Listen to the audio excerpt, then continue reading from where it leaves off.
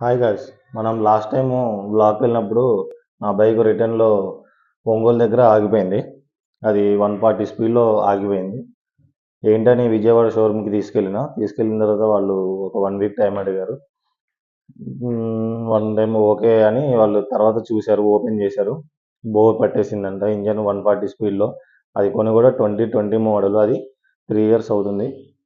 3 ఇయర్స్కే engine పట్టేసిందంటే నాకు అసలు ఆశ్చర్యంగా ఉంది. ఏంది 140 స్పీడ్లో ఇంజన్ పట్టేయడం ఏంది, 3 ఇయర్స్కి ఇంజన్ పట్టేయడం ఏంది అని ఆశ్చర్యపోయినా. వాళ్ళని అడిగితే ఏమో సార్ మాకు కూడా తెలియదు అన్నారు. వారంటీ అడిగితే ఒక ఓన్లీ ఇంజన్ షోరూంలోనే సర్వీస్ చేపిస్తేనే వారంటీ వస్తుంది, లేకపోతే రాదు అంటున్నారు.